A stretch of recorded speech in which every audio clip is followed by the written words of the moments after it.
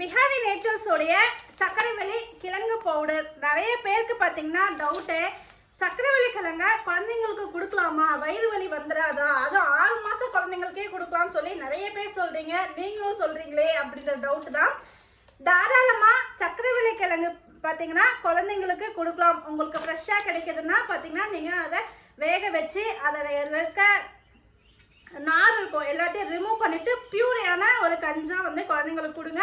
Vihari நேச்சர்ஸில் ready பண்ணுற இந்த பவுடரில் பார்த்தீங்கன்னா சக்கை நார் எதுவுமே இருக்காது. அவ்வளோ சூப்பரான ரொம்ப ரொம்ப சாஃப்டான பவுடராக தான் இந்த சக்கரைவள்ளி கிழங்கு பவுடர் ஃபைனலாக உங்களுக்கு வரும்.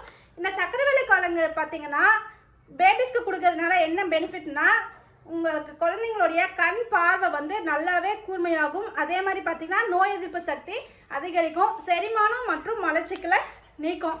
பேபிஸோடைய வெயிட் கெயினுக்கு இது ரொம்ப ரொம்ப யூஸ்ஃபுல்லாக இருக்கும். குழந்தைங்கலாம் பார்த்தீங்கன்னா ஒரு சில டைமில் எதுக்கு அழுறாங்கன்னே தெரியாது, அது என்ன இஷ்யூனே நமக்கு புரியாமல் இருக்கும். பார்த்தீங்களா, என்ன ரீசன் அப்படின்னா அவங்களுக்கு ஜீரணம் ஆயிருக்கா, கொடுத்த ஃபுட்டு ஜீரணம் ஆயிருக்கானே தெரியாது. அது இல்லாமல் பார்த்தீங்கன்னா மோஷன் சரியாமல் போகாமல் இருப்பாங்க. அந்த மாதிரி ப்ராப்ளம்க்குலாம் சக்கரைவள்ளி கிழங்கு கொடுத்தோம்னா ரொம்ப ஈஸியாக எல்லா ப்ராப்ளமே க்யூர் பண்ணிடுங்க.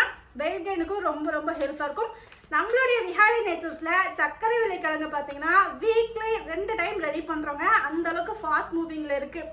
இதை பார்த்தீங்கன்னா ஸ்கூல் போகிற குழந்தைங்களுக்கு நீங்கள் பேன் கேக் செஞ்சு கொடுக்கலாம், புட்டு இடியாப்பம் எல்லாமே செஞ்சுக்கலாம். ரொம்ப ஈஸி தான். புட்டு செய்கிறீங்கன்னா தண்ணி தெளிச்சுட்டு நீங்கள் இட்லி பாத்திரத்தில் இல்லைன்னா புட்டு அவைக்கிறதுல வச்சுட்டீங்க அப்படின்னா ஒரு 5 நிமிஷத்துக்குள்ளேயே மாவு வந்து நல்லா வெந்து வந்துடும். அதோட பனகற்கண்டு, நாட்டு சர்க்கரை இந்த மாதிரி ஏதோ ஒன்று ஆட் பண்ணி தேங்காய் துருவலோடு கொடுத்தீங்கன்னா குழந்தைங்க ரொம்ப விரும்பி சாப்பிடுவாங்க. இடியாப்பத்துக்கு சப்பாத்தி மாவு அளவுக்கு சூப்பர் சாஃப்டாக பிசைஞ்சிட்டு இடியாப்ப குழலில் போட்டு சுற்றிட்டு நீங்கள் ஒரு 2-3 நிமிஷம் வேக வச்சிங்கனாவே இடியாப்பம் ரெடி ஆகிடும். இந்த மாதிரி ஒவ்வொரு பொருளும் டிஃப்ரெண்ட்டாக இந்த ஸ்வீட் பொட்டேட்டோ பவுடரில் செய்யலாங்க.